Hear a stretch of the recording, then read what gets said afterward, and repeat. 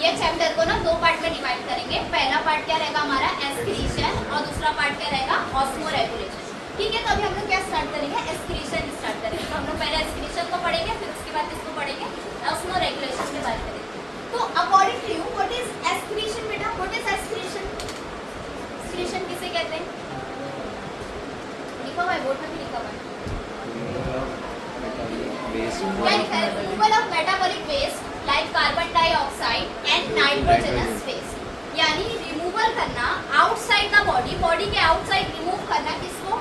Metabolic waste को, जैसे कि कार्बन डाइऑक्साइड या नाइट्रोजनस वेस्ट। उसका मतलब क्या हुआ बेटा? इससे पहले बिफोर इट हम लोग थोड़ा सा रिकॉल करते हैं, हम लोगों ने कुछ पढ़ा था। क्या पढ़ा था? देखो याद करो, हमारा डाइजेशन एंड एब्जॉर्प्शन वाला चैप्टर था, याद आ रहा है? डाइजेशन एंड एब्जॉर्प्शन में हम लोग ने पढ़ा था कि वेस्टिजियल मैटर तैयार होता है हमारी बॉडी में, रेक्टम में स्टोर होता है, फीसेस स्टोर होता है रेक्टम में, हम लोग उसको क्या करते हैं बाहर आउटसाइड द बॉडी एक्सक्रीट करते हैं, राइट? तो वहाँ पे हम लोग ने एक्सक्रीशन देखा था, वहाँ पे हम लोग ने क्या देखा था? एक्सक्रीशन देखा था। बट अभी यहाँ पे हम लोग एक्सक्रीशन, कैसा एक्सक्रीशन देख रहे हैं? एक ऐसा एक्सक्रीशन देख रहे हैं जो किससे प्रिपेयर हुआ होगा? मेटाबॉलिक वेस्ट से, जैसे कि कार्बन डाइऑक्साइड या नाइट्रोजनस वेस्ट। हमें पता है हमारी बॉडी में बहुत सारी मेटाबॉलिकली एक्टिविटी होती रहती है, राइट? बहुत सारी मेटाबॉलिक रिएक्शन होती है हमारी बॉडी में। फॉर एग्जांपल हमें पता है हमारी बॉडी में 2 तरीके की रिएक्शन होती है, एक कैटाबॉलिक होती है और एक एनाबॉलिक होती है, राइट? एक कैटाबॉलिक रिएक्शन होती है और एक एनाबॉलिक रिएक्शन होती है, दोनों को मिला के हम लोग क्या बोलते हैं? Metabolic reaction. तो मेटाबॉलिक रिएक्शन में जैसे कि तुम्हें पता है C6H12O6, ये क्या है? ग्लूकोज। हम लोग ने देखे थे प्रीवियस लेक्चर में कि ग्लूकोज कैसे तैयार हुआ था, राइट? हमारी बॉडी में जैसे स्टार्च था, स्टार्च को किसमें कन्वर्ट करे थे? ग्लूकोज में कन्वर्ट करे थे। तो यहाँ पे क्या हो गया था? डाइजेशन कॉम्प्लेक्स मॉलिक्यूल किसमें कन्वर्ट हो गया था? सिंपल मॉलिक्यूल में कन्वर्ट हो गया था। हम लोग ने यहाँ पे क्या बोले थे? ग्लूकोज, यानी ग्लूकोज का डाइजेशन क्या हो चुका है? कंप्लीट हो चुका है। तो डाइजेशन बन गया था, डाइजेशन में हम लोग ग्लूकोज को हमारी बॉडी में क्या कर लिए थे? कन्वर्ट कर लिए थे, स्टार्च से ग्लूकोज में कन्वर्ट हो गया था, ठीक है? अब ये ग्लूकोज हमारी बॉडी में जो कहाँ पे जाता है? माइटोकॉन्ड्रिया में जाता है। कहाँ पे जाता है? माइटोकॉन्ड्रिया। हम लोग ने एसिमिलेशन देखे थे, याद आ रहा है? एसिमिलेशन देखे थे।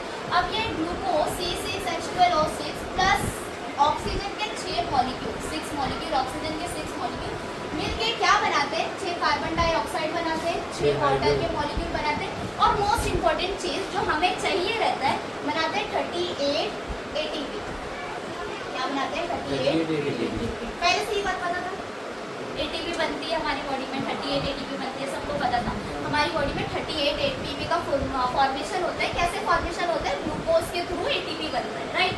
तो एक कैटाबॉलिज्म रिएक्शन होता है हमारी बॉडी में, एक रिएक्शन होता है जिसमें ग्लूकोज रहता है और प्लस 6 वाटर के किसके? ऑक्सीजन के मॉलिक्यूल रहते हैं। ग्लूकोज और 6 ऑक्सीजन के मॉलिक्यूल मिलके क्या बनाते हैं? वाटर के मॉलिक्यूल बनाते हैं, कार्बन डाइऑक्साइड बनाते हैं और 38 ATP बनाते हैं। ओके, तो हमारे बॉडी में ATP का क्या होता है? यूटिलाइजेशन होता है। ATP का क्या हो जाता है? यूटिलाइजेशन, यानी मुझे फंक्शन करना है, मुझे वर्क करना है, मुझे क्या चाहिए? एनर्जी चाहिए। कोई भी काम करने के लिए मुझे क्या लगती है? एनर्जी लगेगी। तो वो एनर्जी हमें कहाँ से मिलेगी? ATP से मिलेगी। कहाँ से मिलेगी? ATP से।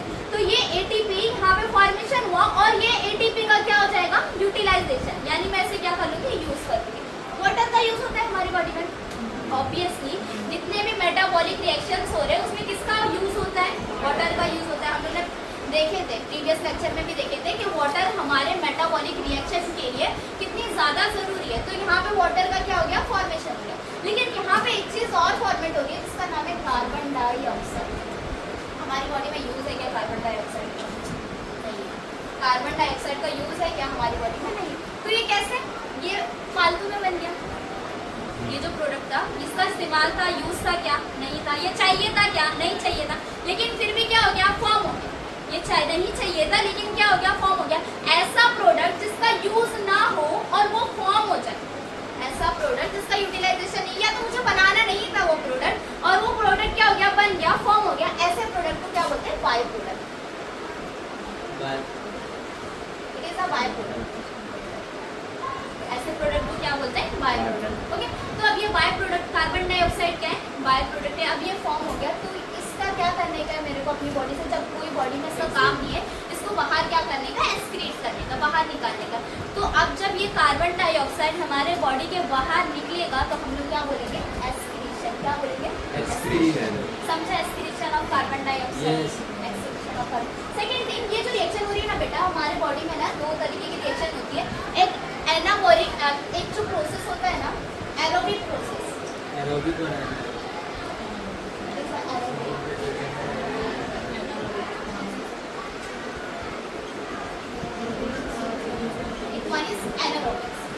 एरोबिक रिएक्शन किसे कहते हैं? जो ऑक्सीजन की प्रेजेंस, जो ऑक्सीजन के प्रेजेंस में हो, यानी इसमें क्या लग रहा है, ऑक्सीजन का यूटिलाइजेशन हो रहा है। यहाँ पे देखो ऑक्सीजन के प्रेजेंस में ये रिएक्शन किसके प्रेजेंस में हो रही है? ऑक्सीजन के प्रेजेंस में। जो ऑक्सीजन के प्रेजेंस में होगी ऐसी रिएक्शन जो ऑक्सीजन के प्रेजेंस में हो, उसे एरोबिक बोलते हैं। क्या बोलते हैं? एरोबिक। ये ना बायोलॉजी में हम लोग क्या बोलते हैं? Aerobic reaction. और ऐसी रिएक्शन जिसमें ऑक्सीजन एब्सेंट होगा उसे क्या बोलते हैं? Anaerobic reaction. देखो जब हम लोग एक्सरसाइज करते हैं ना, जब हम लोग बहुत ज़्यादा एक्सरसाइज करते हैं, या तो जब जिम जाते हैं तो कंटिन्यू क्या करते हैं, फॉर एग्जांपल कार्डियो करें, कंटिन्यू कार्डियो करे जा रहे ना, हमारी जो मसल्स होती है ना, हमारी जो बॉडी की मसल्स होती है ना, वो एनारोबिक रिएक्शन परफॉर्म करती है। कब परफॉर्म कर रही है? जब हम लोग कंटिन्यू बहुत ज़्यादा एक्सरसाइज कर रहे हैं तो हमारी बॉडी के जो मसल्स होते हैं ना, वो कैसे रिएक्शन परफॉर्म करते हैं? एनारोबिक रिएक्शन परफॉर्म करते हैं। एनारोबिक रिएक्शन में क्या होता है? ऑक्सीजन का यूटिलाइजेशन नहीं होता है। ऐसे में किसका फॉर्मेशन होता है बेटा? लैक्टिक एसिड का फॉर्मेशन होता है। किसका फॉर्मेशन होता है? लैक्टिक एसिड का फॉर्मेशन होता है और plus ATP 280 plus lactic acid का फॉर्मेशन होता है और प्लस 280। लैक्टिक एसिड चाहिए था क्या? लैक्टिक एसिड चाहिए था? नहीं चाहिए था, बन गया। इसे क्या बोलेंगे? By product. इसे क्या बोलेंगे? By product. Lactic acid it is a by product. अब इसको जमा करना है क्या हमारी बॉडी में? नहीं करना है। बाय प्रोडक्ट को क्या करना है? एक्सक्रीट करना है। तो इसका रिमूवल आउटसाइड द बॉडी क्या कहलाएगा? एक्सक्रीशन। क्या कहलाएगा? एक्सक्रीशन। अभी देखो तुम नोटिस करोगे जब न्यू जाते हैं जिम करने के लिए, तो जिम जब एक्सरसाइज करते हैं तो मसल्स में पेन होने लगता है, राइट? मसल्स में पेन होने लगता है। जो न्यूली करते जाते बोलते आज तो बहुत ज़्यादा करेंगे, आज पहले दिन जा रहे हो मैं बाइसेप बना लूँगा एकदम मस्त, मतलब गया एक्सरसाइज, फुल एक्सरसाइज कर रहे हैं ना, वो एकदम अच्छे से एक्सरसाइज कर रहा है, तो सट उस टाइम तक उसको कुछ फील नहीं हो रहा, कोई पेन नहीं हो रहा। बट जब वो घर पे आता है, हाँ, जब वो घर पे आता है और अब वो घर पे आ गया, घर पे आने के बाद जब वो देख रहा है तो उसको मसल्स मूवमेंट भी नहीं हो रहा, मसल्स उसका लिटरली बहुत पेन होता है, मसल्स मूवमेंट भी नहीं हो रहा। हाँ, तो ये क्यों होता है बेटा? ऐसा क्यों होता है? जब मैंने तुम्हें क्या बोली, जब हम लोग एक्सरसाइज करते हैं तो हमारी बॉडी में मसल्स कौन सा रिएक्शन शो करते हैं? Anaerobic reaction. Anaerobic reaction show करते हैं तो क्या बनता है? लैक्टिक एसिड बनता है। तो लैक्टिक एसिड क्या होता है? मसल्स के अंदर डिपॉजिट होने लगता है, मसल्स के पास क्या होने लगता है? डिपॉजिट होने लगता है, जिसकी वजह से मसल्स के मूवमेंट में डिफिकल्टी होती है और जब मसल्स मूव करते हैं तो पेन समझा? पेन भी होता है। जब पेन होगा ना मसल्स में, जब एक्सरसाइज करने के बाद मसल्स में पेन होगा तो इतना समझना हमारी बॉडी अभी कौन सा रिएक्शन कर रही थी? Anaerobic reaction. और किसका डिपोजिशन हुआ? लैक्टिक एसिड का। लैक्टिक एसिड का। अच्छा एक चीज बताओ, यहाँ पे एटीपी ज्यादा बना कि कम बना? कम बना। यानी एनारोबिक रिएक्शन में एटीपी क्या बनता है एज कम्पेयर टू एरोबिक में? एटीपी कम बनता है। इसमें 38 बन रहा है और इसमें क्या बन रहा है? 36 एटीपी ना समझा? ओके नेक्स्ट, ये हम लोग ने क्या देख लिया? एक्सक्रीशन देख लिया। क्या देख लिया? एक्सक्रीशन। क्या एक्सक्रीशन होता है? किसे कहते हैं एक्सक्रीशन? किस चीज़ का एक्सक्रीशन हो रहा है? तो हम लोग ने पहला देखा मेटाबॉलिक वेस्ट। मेटाबॉलिक वेस्ट यानी मेटाबॉलिक वेस्ट में क्या आएगा? By product. मेटाबॉलिक वेस्ट में क्या आएगा बेटा? By product. बाय प्रोडक्ट में हमारा क्या आया? Carbon dioxide and lactic acid. तो हम लोग ने यहाँ पे देखो हमें इसमें देखे कि metabolic waste like carbon dioxide and nitrogenous waste. तो जो एक्सक्रीशन कर रहे हैं हम लोग ने देख लिया मेटाबॉलिक वेस्ट में क्या क्या आएगा? कार्बन डाइऑक्साइड आया और लैक्टिक एसिड आया। इसका फॉर्मेशन कैसे होगा वो भी देखें। अब एक्सक्रीशन, इसको रिमूव कर देंगे तो क्या कहलाएगा? एक्सक्रीशन कहलाएगा। अब नाइट्रोजनस वेस्ट किसे कहते हैं? नाइट्रोजनस वेस्ट किसे कहते हैं? अच्छा आप लोगों को याद हो कि प्रोटीन किससे मिलकर बनती है बेटा? वेरी गुड, अमाइनो एसिड से मिलकर क्या बनती है? प्रोटीन। तो अगर आप लोगों को याद हो, हम लोग ने बायोमोलिक्यूल पढ़ा था। यस, बायोमोलिक्यूल में हम लोग ने अमाइनो एसिड के बारे में पढ़ा था। अमाइनो एसिड का फॉर्मूला अगर याद हो, देखो मैं यहाँ पे लिख रही हूँ NH2। यहाँ पे कार्बन था, ये कार्बन को क्या बोलते थे? Anyone? हाँ राइट। कायरल क्या बोलते थे? अच्छा कुछ ऐसा डायग्राम पढ़ा था, कुछ ऐसा डायग्राम पढ़ा था, अगर याद आ रहा हो तो बेटा उसको क्या हम लोगों ने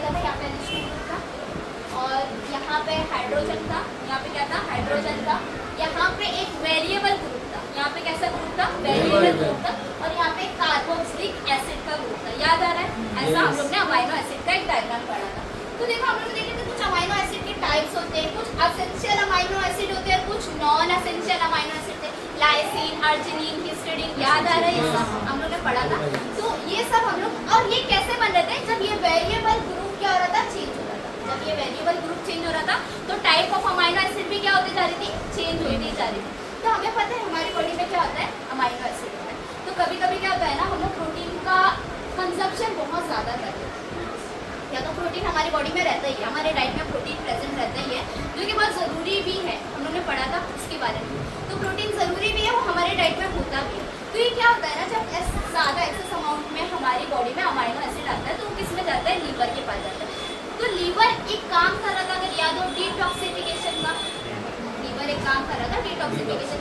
इसके साथ लीवर एक और काम करता है, हमने लीवर का बहुत काम करते हैं, तो लीवर एक और काम करता है जिसका नाम होता है डीअमीनेशन।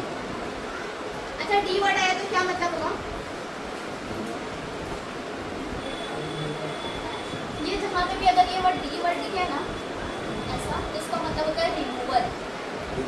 क्या मतलब होता है, removal.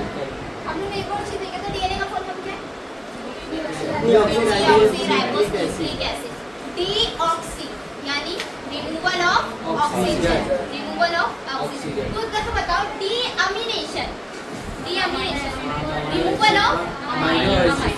Very good, deamination removal of. तो यहाँ से अमाइनो एसिड निकल गया, तो ये ग्रुप कुछ ऐसा दिखेगा बेटा,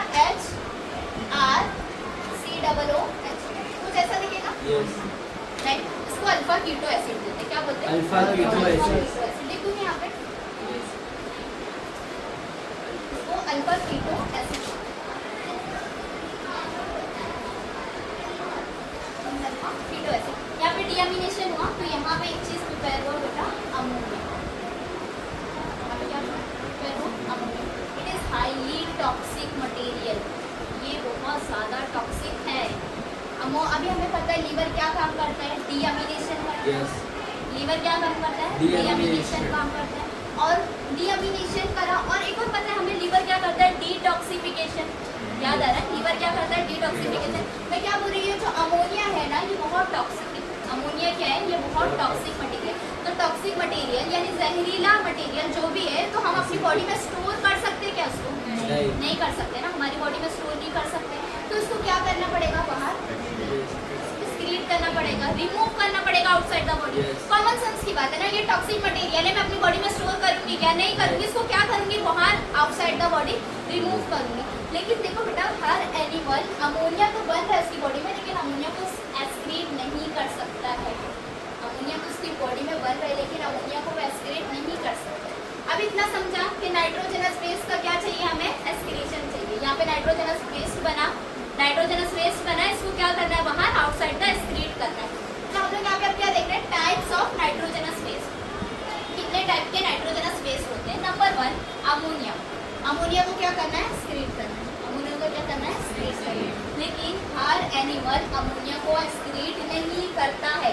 क्यों नहीं करता, उसके पीछे वाले लोग देखते हैं अमोनिया को एक्सक्रीट क्यों नहीं करता। पहली बात तो अमोनिया जो है वो प्राइमरी नाइट्रोजनस वेस्ट है।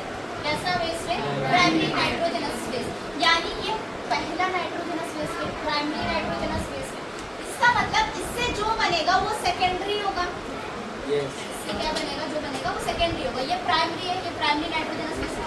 तो ammonia it is a primary nitrogenous waste. Second है हाईली टॉक्सिक। ये कैसा है, इसके पॉइंट करिए भी याद हो जाएंगे। कैसा है, हाईली टॉक्सिक। जब टॉक्सिक है तो स्टोर करेंगे हमारी बॉडी में, नहीं करेंगे तो not storable in our body, यानी हमारी बॉडी में स्टोर नहीं कर सकते। थर्ड पॉइंट देखो, जब देखो अमोनिया बाहर एक्सक्रीट करना है, अमोनिया बाहर एक्सक्रीट करना है, तो अमोनिया के एक्सक्रीशन में क्या होता है बेटा, बहुत ज़्यादा वाटर की रिक्वायरमेंट लगती है, बहुत ज़्यादा वाटर की, लॉट्स ऑफ वाटर की रिक्वायरमेंट लगती है। जब देखो अमोनिया एक्सक्रीट करना है आउटसाइड द बॉडी और मुझे बहुत ज़्यादा लॉट्स ऑफ वाटर की रिक्वायरमेंट लग रही है, तो हमारी बॉडी, ह्यूमन स्प्रिंग की बॉडी अमोनिया को एक्सक्रीट करेगी क्या। हमारी बॉडी में वैसे कभी कभी डिहाइड्रेशन हो जाता है, कभी कभी डिहाइड्रेशन हो जाता है। हमारी बॉडी को वाटर की बहुत ज़्यादा नीड है। 70% हमारी बॉडी किससे मिलकर बनी है, वाटर से। यानी वाटर की नीड है ना, बहुत ज़्यादा नीड है। हमारी बॉडी को ऑलरेडी वाटर की नीड है। हमें बोलते हैं 5 लीटर डेली पानी पीना चाहिए, डेली पानी पीना चाहिए। और तो क्या हम लोग वाटर को, बहुत ज़्यादा वाटर को कर ही नहीं सकते इस चीज़ को, इतना बड़ा रिस्क हमारी बॉडी ले ही नहीं सकती है। तो हमारी बॉडी क्या करती है ना बेटा, ये अमोनिया को किसमें कन्वर्ट कर देती है, यूरिया में कन्वर्ट कर देती है। किसमें कन्वर्ट कर देती है, यूरिया में कन्वर्ट। अमोनिया को किसमें कन्वर्ट करी, यूरिया में कन्वर्ट करी। तो यहाँ पे देखो पहले अमोनिया देखते हैं। अमोनिया कैसा है, रिक्वायर होता है बहुत ज्यादा वाटर के लिए। जब उसको एस्क्रीट कर रही हो ना तो बहुत ज्यादा वाटर की क्या होगी, रिक्वायरमेंट होगी। अच्छा अपने माइंड से बोलो कौन सा ऐसा एनिमल होगा जो बहुत ज्यादा वाटर जिसके पास प्रेजेंट हो, कैमल। बहुत ज्यादा वाटर प्रेजेंट। ऐसा थोड़ा बोलो, ऐसा बोलो, ऐसा सोचो कौन से ऐसे एनिमल्स होंगे। हाँ राइट, फिशेस होगी। अब क्या है ना, जो एक्वाटिक एनिमल्स है जो पानी में रहती है, वेल राइट, जो पानी में रहती है, जो एक्वाटिक एनिमल है। अब उसके पास क्या है, बहुत सारा लॉट्स ऑफ वाटर है, ऑलरेडी उसके पास क्या है, पानी प्रेजेंट है, बहुत सारा पानी प्रेजेंट है, लॉट्स ऑफ वाटर है। तो वो वाटर को एक्सक्रीट कर सकती है क्या, करेगी ना बेटा, उसके पास बहुत सारा पानी है तो वो करेगी, ऑब्वियसली करेगी। वो बहुत सारा उसके पास, वो एक्वाटिक एनिमल है, पानी में रह रही है, तो जब इसकी वाटर की नीड होगी वो क्या करेगी, इसको कंजर्व कर लेगी। और जब भी एक्सक्रीशन करना होगा तो क्या करेगी, एक्सक्रीट कर देगी। तो जब मैं अगर एनिमल्स की बात करूँ, एनिमल की बात करूँ, बस यहाँ पे ध्यान दो, ऐसे एनिमल, यहाँ पे ये इंपॉर्टेंट लाइन है, ये इंपॉर्टेंट लाइन है। ऐसे एनिमल जो अमोनिया को हमारी अपनी बॉडी से एक्सक्रीट करते हैं, इसको क्वेश्चन पूछा जाएगा, ये इंपॉर्टेंट लाइन है।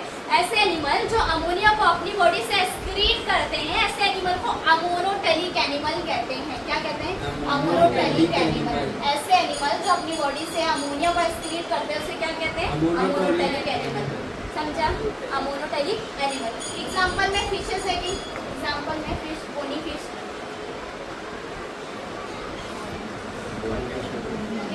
Aquatic arthropod, aquatic arthropod, amphibia में आएगा बेटा टेडपोड। यस। एम्फीबिया ये लार्वा स्टेज में होता है, सब उसके ये लार्वा स्टेज में होगा। एम्फीबिया में उसकी एग्जांपल है कि टेडपोड। इतना समझा, अमोनिया के बारे में समझा।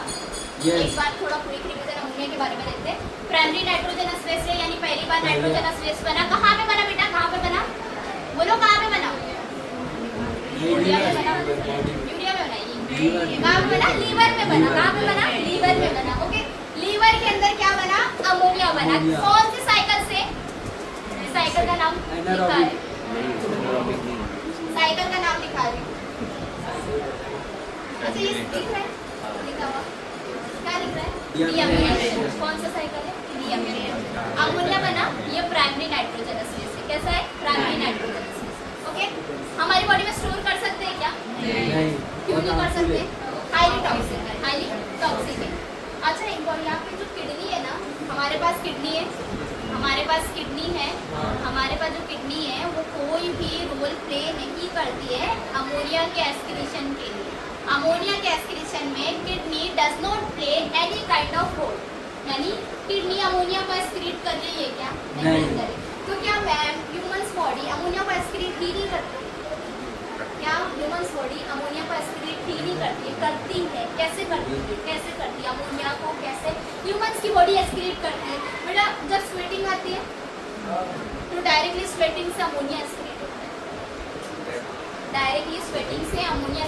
कभी सुना स्वेट ऐसा लाइक ऑयली नहीं होता, वो वाटरी होता है, it's excrete water, it's excrete water. अब ये वो एस्क्रीशन वाटर के साथ एस्क्रीट कर रही है, क्या एस्क्रीट कर रही है, अमोनिया को। वाटर के साथ एस्क्रीट कर रही है, क्या एस्क्रीट कर रही है, अमोनिया को। यानी अगर मैं बोलूँ अगर डायरेक्ट ह्यूमन बॉडी में डायरेक्ट एस्क्रीशन हो रहा है तो ह्यूमन बॉडी में डायरेक्ट एस्क्रीशन कैसे होगा,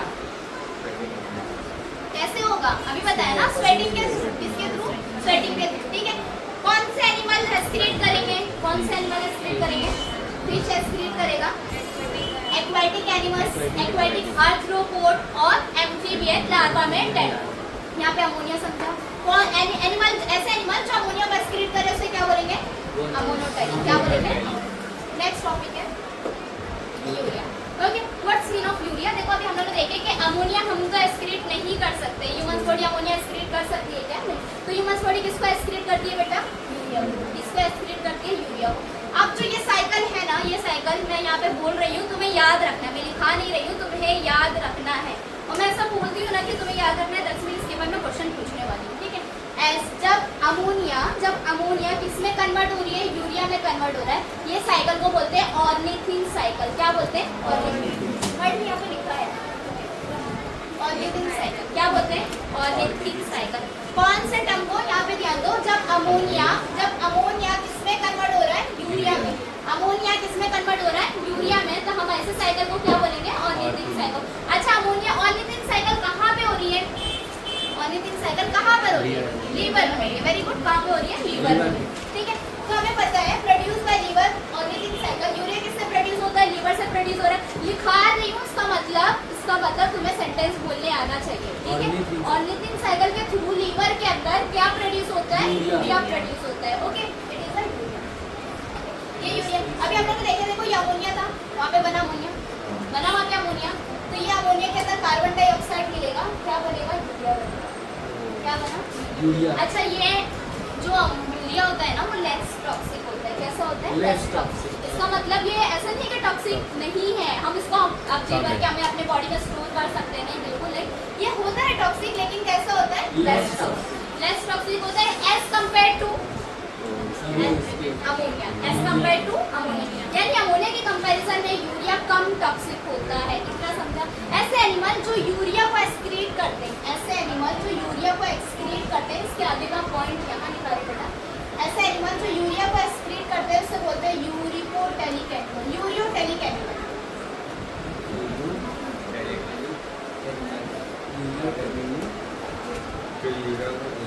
यूरिया को एक्सक्रीट करते हैं ओके।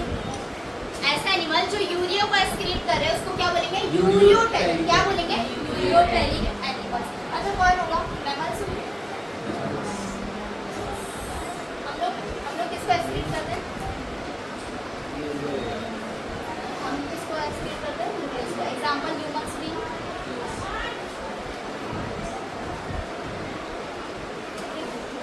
अनदर थिंग, ये किसके थ्रू एक्सक्रीट होता है, यूरिया किसके थ्रू एक्सक्रीट होता है, किडनी के। यूरिया किसके थ्रू एक्सक्रीट होता है, किडनी के। लेस अमाउंट में हम लोग इसको क्या कर सकते हैं, स्टोर भी कर सकते हैं हमारी बॉडी में।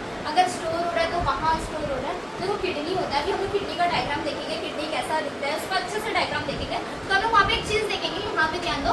हम लोग एक चीज़ देखेंगे, किडनी के दो पार्ट होते हैं। एक पार्ट होता है कॉर्टेक्स, एक पार्ट होता है कॉर्टेक्स, एक पार्ट होता है मेडुला। एक पार्ट क्या होता है, मेडुला। तो मेडुला में क्या स्टोर होता है, मेडुला में क्या स्टोर हो रहा है, यूरियोटेलिक एनिमल्स क्या क्या होते हैं, राइट। यूरियोटेलिक एक होते हैं। अब देखो, नाइट्रोजनस बेस की फर्स्ट टाइप थी अमोनोटेलिक, सेकेंड टाइप थी यूरियोटेलिक, और थर्ड टाइप है यूरिकोटेलिक। थर्ड टाइप क्या है, यूरिकोटेलिक।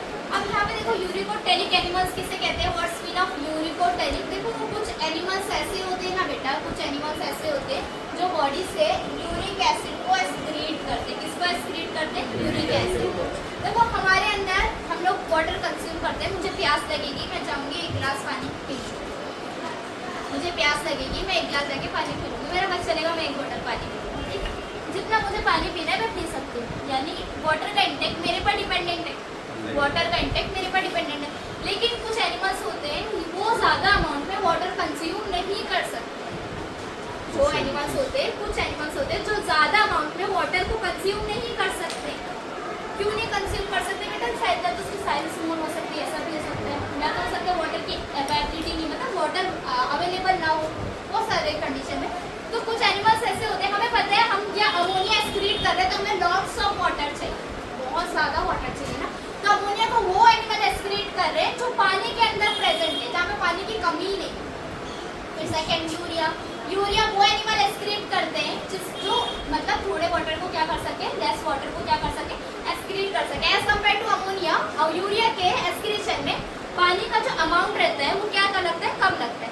जो सेकेंड थर्ड आता है ना, वो यूरिक एसिड है, यहाँ पे लीस्ट अमाउंट ऑफ वाटर लगता है। यहाँ पे कैसा लगता है, लीस्ट अमाउंट ऑफ वाटर। यानी जब इसको एक्सक्रीट किया जा रहा है ना, तो अमाउंट कैसा रहेगा, least amount of water required. यानी वाटर ज़्यादा लगेगा क्या एक्सक्रीशन में, नहीं लगेगा। वाटर ज़्यादा लगेगा क्या, नहीं लगेगा। देखो, ये यूरिक एसिड जो है ना वो लीस्ट टॉक्सिक होते हैं। पहले था हाईली टॉक्सिक, अमोनिया कैसा था, हाईली टॉक्सिक था। फिर यूरिया लेस टॉक्सिक था, यूरिया कैसा था, लेस टॉक्सिक था। अब यूरिक एसिड लीस्ट टॉक्सिक। जब ये बहुत कम टॉक्सिक होता है, ये हमारी बॉडी में भी हम क्या कर सकते हैं, स्टोर कर सकते हैं। तो कौन सा नाइट्रोजनस वेस्ट ऐसा है जिसको हम अपनी बॉडी में स्टोर कर सकते हैं? क्या नाम है इसका? Uric acid. कौन सा नाइट्रोजनस वेस्ट ऐसा है जिसको हम अपनी बॉडी में स्टोर बिल्कुल नहीं कर सकते? अमोनिया। इसका हम क्या कर सकते हैं? अमोनिया। Is it clear? अब यूरिक एसिड लीस्ट टॉक्सिक होता है, स्टोरेबल इन बॉडी, हम अपनी बॉडी में स्टोर कर सकते हैं। सेकंड थिंग अब यहाँ पे ध्यान दो, कौन सा एनिमल अमोनिया को एक्सक्रीट करते हैं? कौन सा एनिमल्स अमोनिया को एक्सक्रीट करते हैं? यूरिक एसिड को एक्सक्रीट करते हैं बर्ड्स एंड रेप्टाइल्स। बर्ड्स जो फ्लाई करते हैं, बर्ड्स जो क्या करते हैं, फ्लाई करते हैं, वो किसको एक्सक्रीट करते हैं? यूरिक एसिड को एक्सक्रीट करते हैं। क्यों एक्सक्रीट करते हैं बेटा? यूरिक एसिड में ये लीस्ट टॉक्सिक है, लीस्ट अमाउंट ऑफ वाटर लग रहा है, लीस्ट अमाउंट ऑफ वाटर लग रहा है इसके एक्सक्रीशन है, इसलिए बर्ड्स किसको एक्सक्रीट करते हैं? यूरिक एसिड को। कभी बर्ड्स का एक्सक्रीशन देखा है? जब ह्यूमन बीइंग एक्सक्रीट करता है, जब हम लोग मिक्चुरेशन करते हैं, यूरिनेशन करने के प्रोसेस को मिक्चुरेशन कहते हैं। हम लोग आगे पढ़ेंगे, ओके? यूरिनेशन करने के प्रोसेस को क्या कहते हैं? Micturition in the term of biology, in the term of biology. तो जब ह्यूमन बीइंग यूरिनेशन या मिक्चुरेशन करता है, it is totally liquid form. Urine कैसा होता है? लिक्विड फॉर्म होता है। लेकिन कभी बर्ड्स का एक्सक्रीशन देखा है? Semi liquid. बर्ड्स का एक्सक्रीशन देखो, पिकनिक पे गए थे, हम लोग के टीचर बोलते हैं खाने खा रहे थे, तो वहाँ पे बहुत सारे से बर्ड्स बैठे हुए थे, एक्सक्रीशन कर रहे थे। याद आ रहा है? याद आ रहा है? तो कैसा था? सॉलिड था, कंप्लीट सॉलिड। अरे यार हमारे यहाँ नहीं स्लाइड कहाँ थे उस टाइम लग रहा है। ओके, तो वो सॉलिड था नहीं ना, लिक्विड था नहीं था, वो कैसा था? Semi liquid. तो जो क्यों बेटा? क्योंकि इसमें जो एक्सक्रीशन हो रहा है उसमें अमाउंट ऑफ वाटर कैसा है? आप समझो, अब याद रहेगा, लीस्ट अमाउंट ऑफ वाटर है किसमें? Uric acid. Uric acid birds excrete कर रहा है, रेप्टाइल एंड जो टेरेस्ट्रियल इंसेक्ट है ना, वो उसको क्या कर रहा है? यूरिक एसिड को एक्सक्रीट कर रहा है। ओके, मेजर प्रोडक्ट है प्रोटीन का, मेजर एंड प्रोडक्ट है। यानी देखो, हमने पहले अमाइनो एसिड था, प्रोटीन से क्या बनाया था हम लोग ने? अमाइनो, मतलब प्रोटीन को ब्रेक डाउन करके क्या मिला? अमाइनो एसिड मिला। ठीक है, अमाइनो एसिड मिला। अमाइनो एसिड से क्या बना? अमोनिया बना। अमोनिया से क्या बना? यूरिया बना। और यूरिया से क्या बनेगा? Uric acid. ये लीस्ट टॉक्सिक है, हमारी बॉडी में स्टोर हो सकता है। अब देखो, अब कुछ हमारी बॉडी के अंदर भी, हमारी की बॉडी, अब देखो हम लोगों ने तो यूरिया एक्सक्रीट कर दिया, हमने किसको एक्सक्रीट कर दिया? ह्यूमन बीइंग में यूरिया को एक्सक्रीट कर दिया। तो मैं तुम्हें क्या बोल रही हूँ, थोड़ा लिंक करो। पहले अमोनिया बना, अमोनिया से क्या बना? यूरिया बना। यूरिया से क्या बनेगा? Uric acid. अगर जो एनिमल यूरिया को एक्सक्रीट कर दे रहा है तो यूरिक एसिड बनेगा क्या? नहीं ना। लेकिन हमारी बॉडी में यूरिक एसिड बनता है। कैसे बनता है? कैसे बनता है? हमारी बॉडी में भी यूरिक एसिड बनता है। कैसे बनता है? थोड़ा याद करो, हम लोग ने डीएनए पढ़ा था, डीएनए अनजेनेटिक मटेरियल, न्यूक्लिक एसिड पढ़ा, याद आ रहा है? उसमें हमने कुछ न्यूक्लियोटाइड्स पढ़े थे, याद आ रहा है? Nitrogenous bases nucleotide. उसमें एक चीज पढ़े थे हम लोग ने, एडेनाइन प्लस गुआनिन, याद आ रहा है? Adenine plus guanine. तो एडेनिन और गुआनिन का जब ब्रेक डाउन होता है ना, तो ये किसमें कन्वर्ट होता है बेटा? ज़ैंथीन में कन्वर्ट होता है। किसमें कन्वर्ट होता है? और ये ज़ैंथीन बनाता है यूरिक एसिड के क्रिस्टल। यूरिक एसिड के क्या बनाता है? अब देखो, ये इम्पोर्टेंट है, हमारी बॉडी में यूरिक एसिड कैसे बनता है? In humans being uric acid कैसे बनता है? हमारी बॉडी में एडेनिन क्या होते हैं? गुआनिन होते हैं। एडेनिन गुआनिन होते हैं, याद आ रहा है? Nucleotide. Adenine guanine break down होकर किसमें कन्वर्ट होते हैं? ज़ैंथीन। अब ये ज़ैंथीन किसमें कन्वर्ट क्या बना रहा है? यूरिक एसिड के क्रिस्टल बना रहा है। तो देखो, ये क्रिस्टल जो हमारी बॉडी में यूरिक एसिड के क्रिस्टल बनते हैं ना, ये हमारे लिए हार्मफुल होते हैं। कैसे हार्मफुल होते हैं? कभी कभी जो यूरिक एसिड के क्रिस्टल है ना, डिपोजिशन होने लगता है, डिपोजिशन होने लगता है हमारे जॉइंट्स में। अब यहाँ पे हम बहुत अच्छी डिजीज के बारे में, अच्छी एक बहुत खतरनाक डिजीज के बारे में पढ़ने वाले हैं। ठीक है, यहाँ पे सबका ध्यान रहेगा। देखो, हमारी बॉडी में जैसे ही क्या बना? यूरिक एसिड के क्रिस्टल बने, और ये यूरिक एसिड के क्रिस्टल हमारे जॉइंट्स में क्या होने लगते हैं? डिपॉजिट होने लगते हैं। जॉइंट्स में क्या होने लगते हैं? डिपॉजिट होने लगते हैं। और जैसे यूरिक एसिड के क्रिस्टल हमारे जॉइंट्स में डिपॉजिट होने लगते हैं ना, तो वहाँ पे इन्फ्लामेशन आ जाती है। इन्फ्लामेशन समझते हैं? सूजन आ जाना, सूजन आ जाना। तो जॉइंट्स में क्या आने लगती है? स्वेलिंग आने लगती है। और ये डिजीज कॉज करता है गाउटी आर्थराइटिस। ये डिजीज को क्या बोला? Gouty तुमने arthritis. इसके बारे में सुना है बेटा कभी? नहीं। नहीं, ये ऑटो इम्यून डिजीज है। कुछ डिजीजेस डिसऑर्डर्स कुछ ऐसे होते हैं ना जो ऑटो इम्यून होते हैं। कैसे होते हैं? ऑटो इम्यून डिसऑर्डर्स होते हैं, डिजीज होते हैं। तो जो गाउटी आर्थराइटिस है ना, ये ऑटो इम्यून डिसऑर्डर है, डिजीज है। तो ये कैसे होता है ना बेटा, इसकी जो ट्रीटमेंट जो एजेड पर्सन के होते हैं ना, जैसे कि उन लोग को जोड़ों में दर्द होता है, सुने होंगे, हाथ पैर में दर्द हो Yes, रहा है, सही बात। घुटने में दर्द हो रहा है, उठने नहीं हो रहा है, बैठने नहीं हो रहा है। अब तुम्हारे घर में कोई रहता होगा, दादा दादी नाना नानी, तो उनका नोटिस करना जॉइंट्स में पेन होता है, जॉइंट में पेन होता है। और एक बार वो पेन स्टार्ट हो जाता है ना, जॉइंट्स में पेन होना स्टार्ट हो जाता है, तो डॉक्टर के पास लेके जाते रहते जब तक दवाई खा रहे तब तक ठीक है। जैसे ही दवाई खाना बंद करते फिर से वो पेन स्टार्ट होता है। ऐसा ही होता है। It's gouty arthritis. तुम्हें पता है इसके पर्टिकुलर एक डॉक्टर्स होते हैं जो ऑटो इम्यून डिजीज को डिसऑर्डर्स को क्या करते हैं, ट्रीटमेंट करते हैं। इसके पर्टिकुलर्स क्या आते हैं, डॉक्टर्स आते हैं जो इसको ट्रीट करते हैं। तो गाउटी आर्थराइटिस के भी पर्टिकुलर्स कुछ डॉक्टर होते हैं जो उसको ट्रीटमेंट करते हैं। और ये किसकी वजह से होता है, जब ये हमारी बॉडी में यूरिक एसिड के क्रिस्टल, हमारी बॉडी में यूरिक एसिड के क्रिस्टल जॉइंट के अंदर डिपॉजिट हो जाते हैं और क्या क्रिएट करते हैं, इन्फ्लामेशन क्रिएट करते हैं।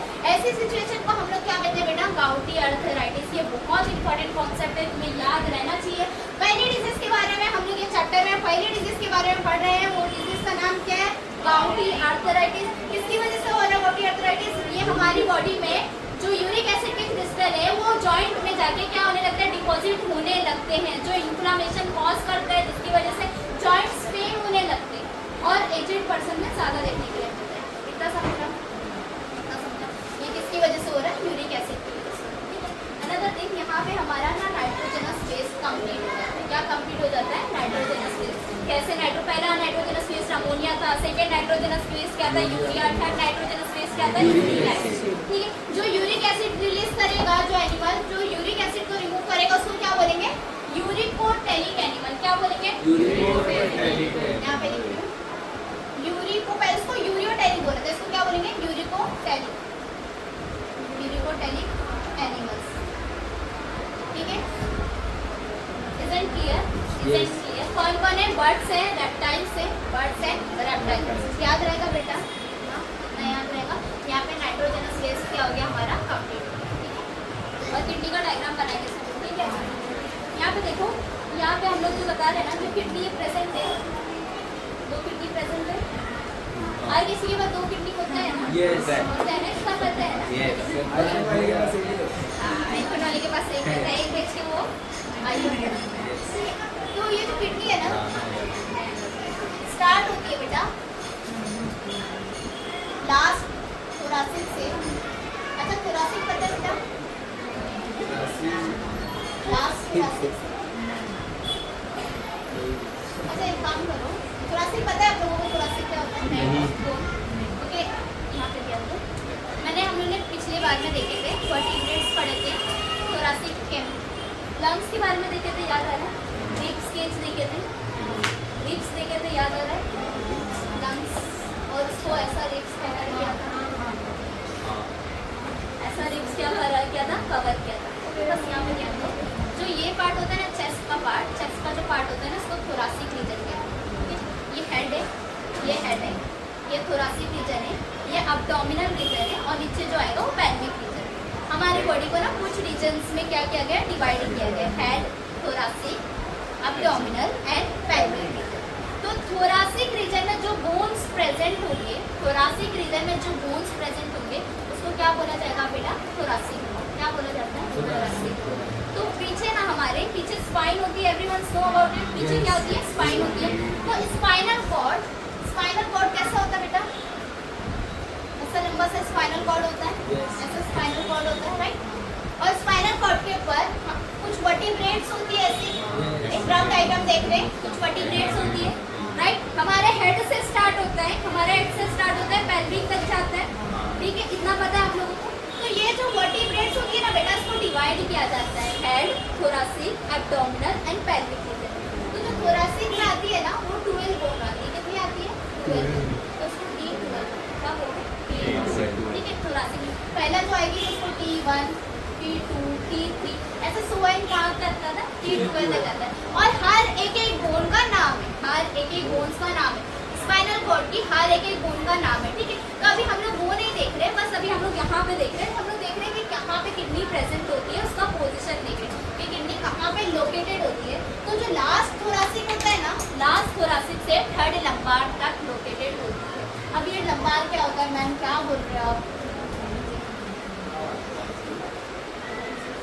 लास्ट थोरासिक से थर्ड लंबार तक लोकेटेड होती है। What is lumbar? अभी हमने बताया कि हम लोग क्या करते हैं, स्पाइनल कॉर्ड को डिवाइड करते हैं। स्पाइनल कॉर्ड को क्या करते हैं, वर्टिब्रेट्स के क्या करते हैं, कुछ नाम देते हैं। हेड का रीजन होता है सर्वाइकल, फिर उसके बाद थोरासिकल रीजन, उसके बाद जो क्वेश्चन आता है ना, हम लोग उसको क्या बोलते हैं, लंबार। उसको क्या बोलते हैं, लंबार। आप समझा? आप समझा?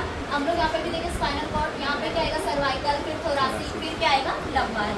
तो लंबार में कितनी बोन होती है बेटा, 5 बोन। कितनी बोन होती है, 5 बोन। थोरासिक में कितनी बोन हो रही है, 12, ठीक है। सर्वाइकल में कितनी होती है, 7। आगे बाद में देखेंगे। ये समझा, लंबार में कितनी होती है, 5। तो किडनी कहाँ लोकेटेड है, किडनी कहाँ लोकेटेड है, किडनी लास्ट थोरासिक से थर्ड लंबार, लास्ट थोरासिक से थर्ड लंबार तक लोकेटेड। Is it clear? इतना समझा? रेडिश ब्राउन कलर की होती है, कैसी होती है, रेडिश ब्राउन कलर की होती है। किडनी के ऊपर तुम्हें ये दिख रहा है टोपी लाइक स्ट्रक्चर, किडनी के ऊपर एक टोपी लाइक स्ट्रक्चर दिख रहा है, दैट्स कॉल्ड अडर्नल ग्लैंड। क्या बोलते हैं उसको बेटा, अडर्नल ग्लैंड। ये अडर्नल ग्लैंड है जो कहाँ प्रेजेंट होता है, किडनी के ऊपर प्रेजेंट होता है। हमारे बॉडी में 2 किडनी होती है, किडनी से एक पाइप पास होता है, इसको यूरेटर कहते हैं। किडनी से पाइप पास होता है, यूरेटर कहते हैं। यूरेटर कहाँ ओपन होता है, यूरिनरी ब्लैडर में। ये क्या है, यूरिनरी ब्लैडर। यूरेटर कहाँ ओपन हो रहा है, यूरिनरी ब्लैडर में।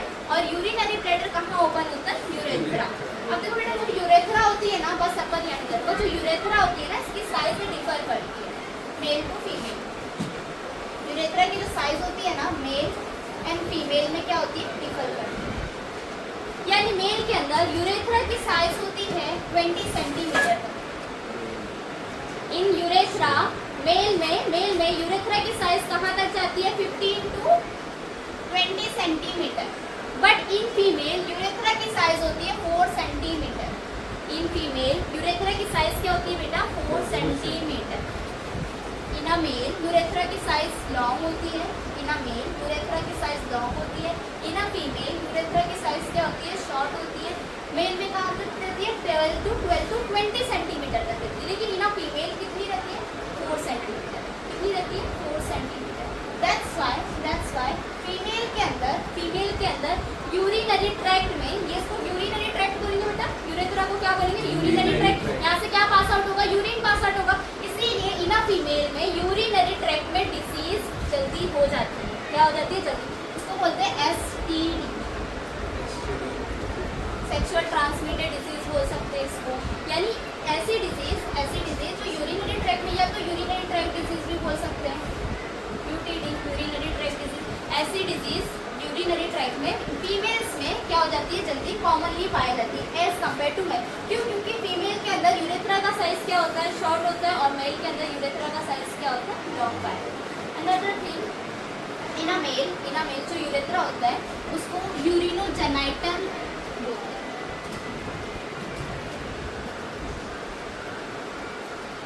क्या बोलते हैं, यूरिनोजेनाइटल। यानी अनदर यहाँ पे ध्यान दो बेटा, इन अ मेल तुम्हें पता है, मेल के अंदर से रिप्रोडक्टिव में ऐसा स्पर्म पास आउट होता है। क्या पास आउट होता है, स्पर्म पास आउट होता है। और in a female ova release होता है। इन अ फीमेल क्या रिलीज होता है, ova release. As you know, जैसे तुम लोग सबको पता है बेटा, ओवा किस में रिलीज होता है, फीमेल के रिप्रोडक्टिव सिस्टम में रिलीज होता है। स्पर्म कहाँ रिलीज होता है, मेल के रिप्रोडक्टिव सिस्टम में रिलीज होता है। बट इन अ फीमेल ओवा के रिलीज होने के लिए अलग से पैसेज होता है। ओवा के रिलीज होने के लिए अलग से ओपनिंग होता है। बट इन अ मेल ओवा स्पर्म एंड यूरिन एक ही ट्रैक से पास होती है, इसीलिए मेल के यूरेथ्रा को यूरिनोजेनाइटल यूरेथ्रा बोलते हैं।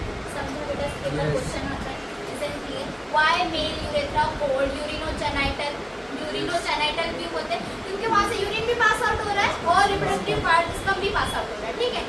अब यहाँ पे इन फीमेल ऐसा हो रहा है क्या, नहीं हो रहा है। ओवा भी अलग, ओवा का रिलीज होने के लिए पैसेज क्या है, ओपनिंग क्या है, अलग है। और यूरिन के रिलीज होने के लिए ओपनिंग क्या है, अलग है।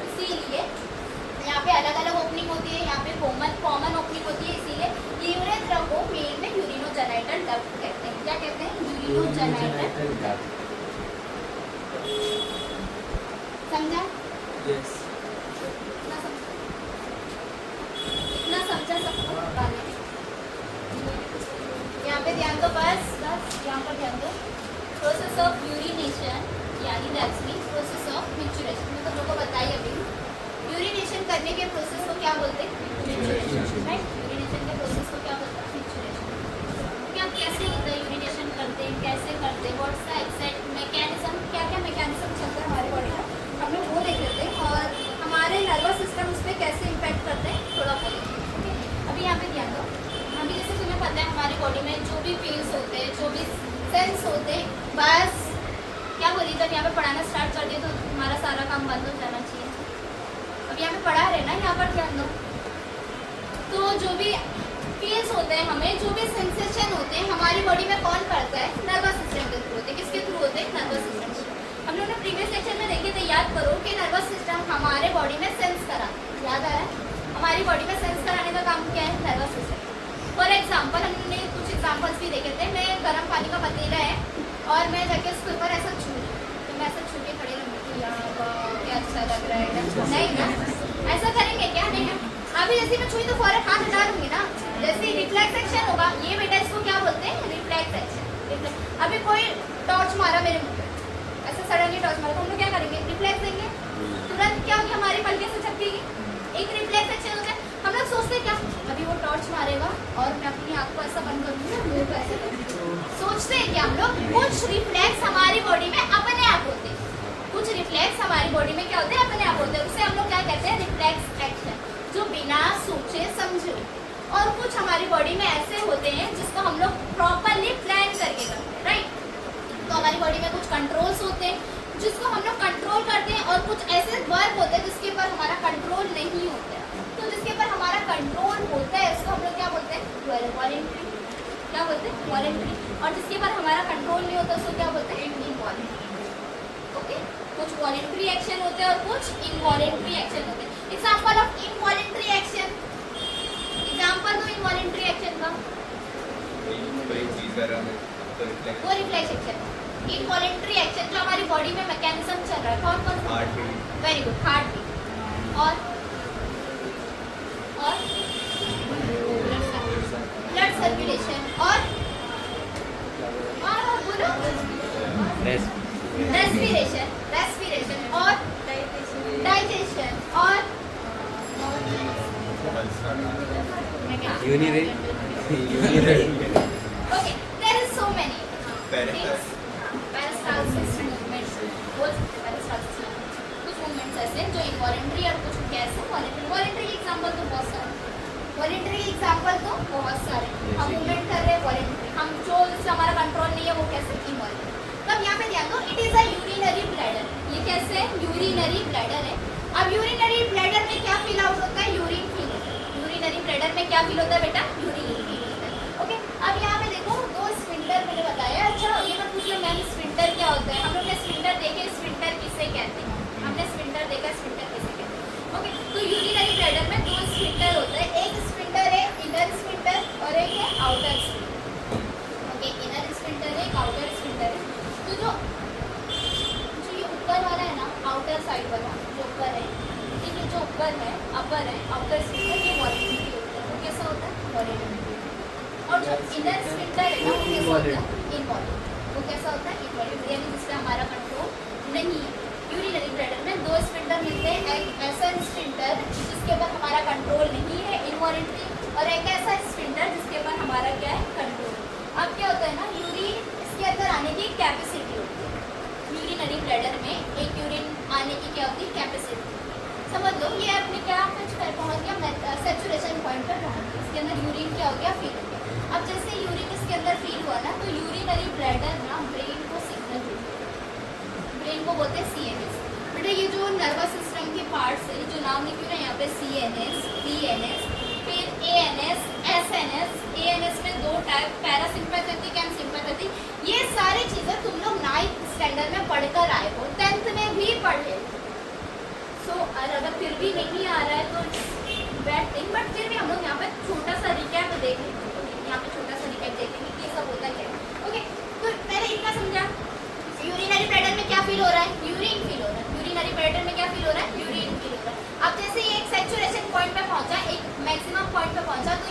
ब्लैडर क्या बोलेगी, सिग्नल भेजेगी। यूरिनरी ब्लैडर क्या भेजेगी, सिग्नल भेजेगी। किसको सिग्नल भेजेगी, सीएनएस।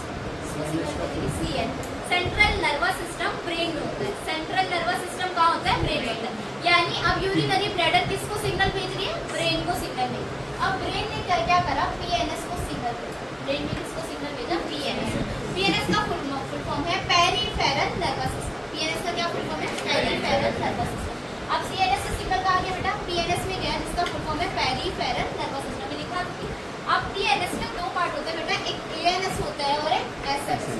इंपॉर्टेंट चीज है, अभी तुम्हें यहाँ पे समझ में आएगा। अगर समझ में आएगा ना तो क्लिक होगा, अच्छा लगेगा। अगर नहीं समझ में आएगा ना तो सब होता जैसा फील करना पड़ेगा। ओके, अब पीएनएस ने क्या करा, पीएनएस में दो पार्ट है, एक एएनएस है, एक एएनएस है और एक एसएनएस है।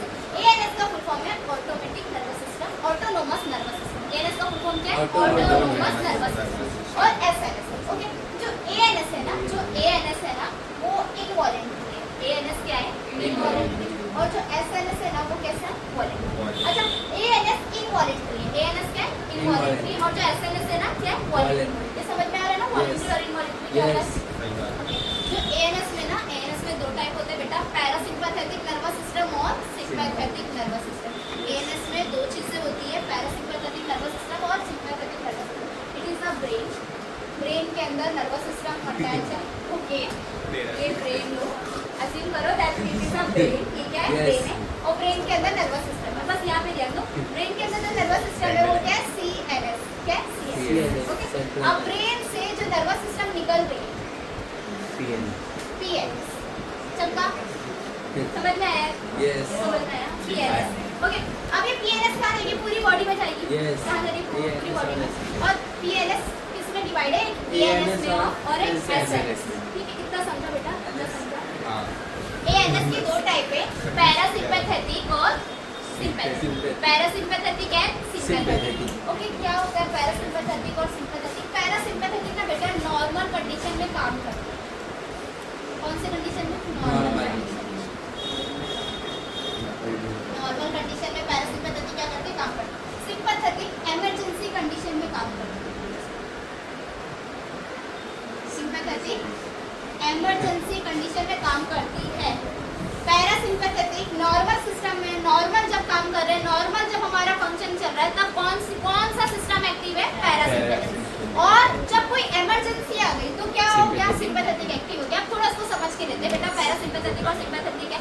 मेरी अभी हार्ट बीट नॉर्मल है, एकदम नॉर्मल, पल्स वल्स सब नॉर्मल चल रही है, एकदम सब चीज़ नॉर्मल चल रही है। मेरे सामने अभी समझ लो फॉर एग्जाम्पल मैं रोड पे चल रही हूँ, रोड पे जा रही हूँ और सडनली एक गाड़ी आ गई मेरे सामने, सडनली हार्ट बीट इंक्रीज हो जाएगा, सडनली हार्ट बीट फास्ट हो जाएगा। कभी कभी सिचुएशन में हमारी बॉडी में हार्ट बीट, डाइजेशन सब एकदम नॉर्मल चल रहा है, सब एकदम नॉर्मल, और अचानक से हार्ट बीट तेज हो जाता है। सडनली क्या हो जाता है, हार्ट बीट तेज हो जाती है हमारी बॉडी के। हमें समझ में नहीं आता क्या करने का, whatever we want to do, क्या करना चाहिए, अभी यहाँ जाना है, वहाँ जाना है, क्या करना नहीं, अभी बहुत कंफ्यूज हो जाते हैं। बहुत सो मेनी टाइम ऐसे सिचुएशन होते हैं। कभी कभी टीचर के पास गए, मुझे सारे आंसर याद है, सब कुछ याद है, टीचर के पास गए सुनाने के लिए, हाथ में स्वेटिंग होने लगी, पैर ऐसे कपकपा रहे हैं, हार्ट बीट तेज हो गई, और क्या ये था, क्या था, भूल गए। होता है ना ऐसा, क्यों यार, याद था सब कुछ, क्यों भूल गए। ऐसे सिचुएशन सिम्पैथेटिक एक्टिव हो गया, सिम्पैथेटिक। हाँ जी, मैं फोन चाहिए भाई, फोन नहीं है तेज, हार्ट बीट तेज हो गई, होता है ना। तो ऐसे सिचुएशन में क्या एक्टिव हुआ हमारी बॉडी में, सिम्पैथेटिक नर्वस सिस्टम। इतना समझा ना, सिम्पैथेटिक नर्वस सिस्टम कब एक्टिव हो रहा है, जब इमरजेंसी कंडीशन में, फ्लाइट एंड फाइट के मूड में कोई इमरजेंसी कंडीशन आ रही है तो सिम्पैथेटिक नर्वस सिस्टम एक्टिवेट हो। अगर नॉर्मल ही सब चल रहा है तो क्या एक्टिवेट हो रहा है, parasympathetic nervous system activate.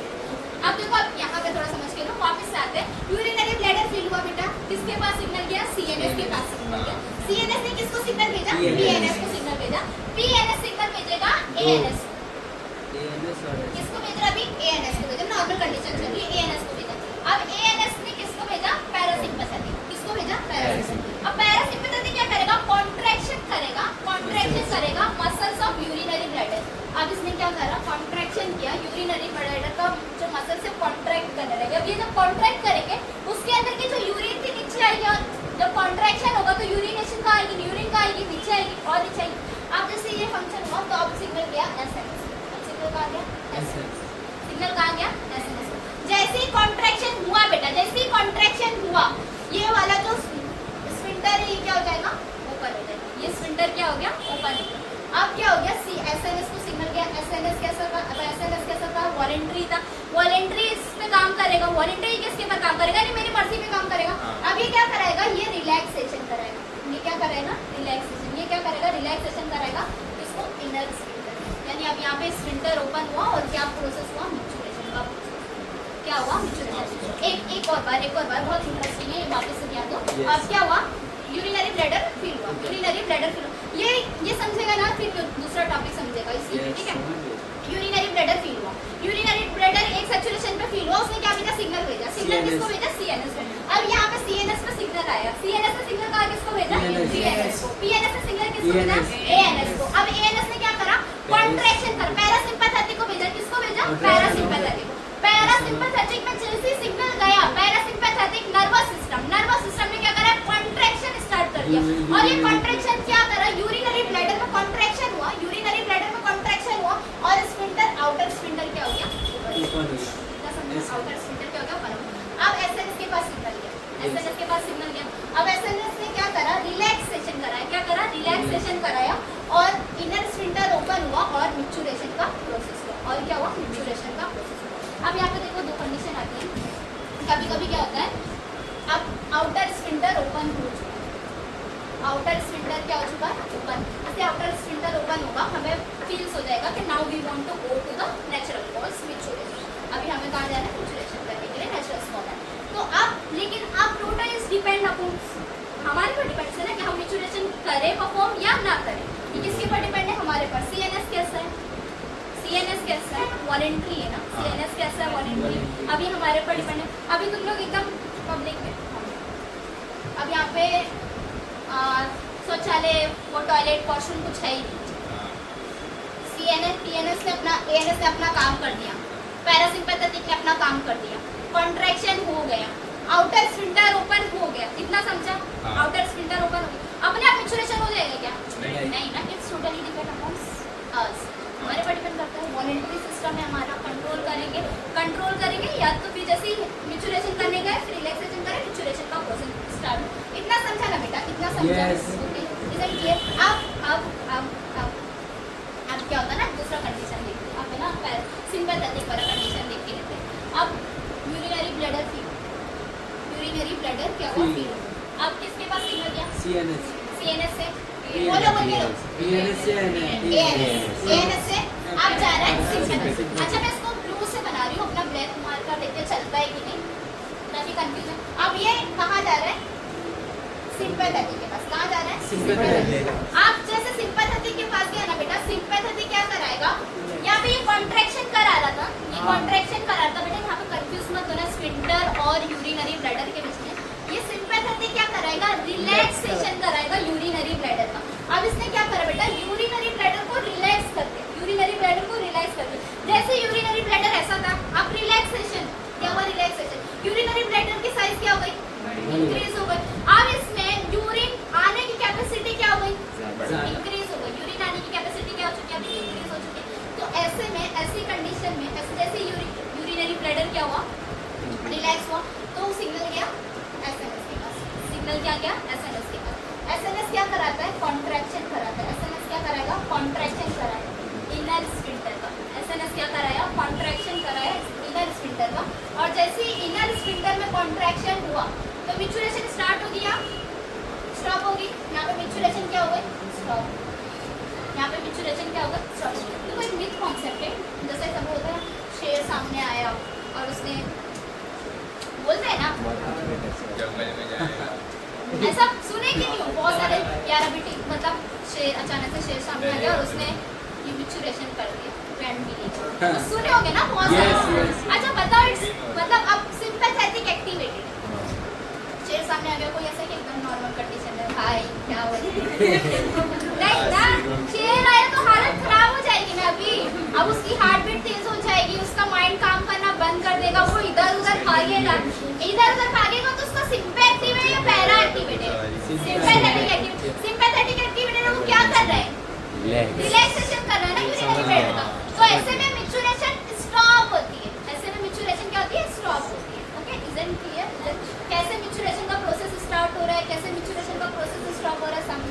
Yes.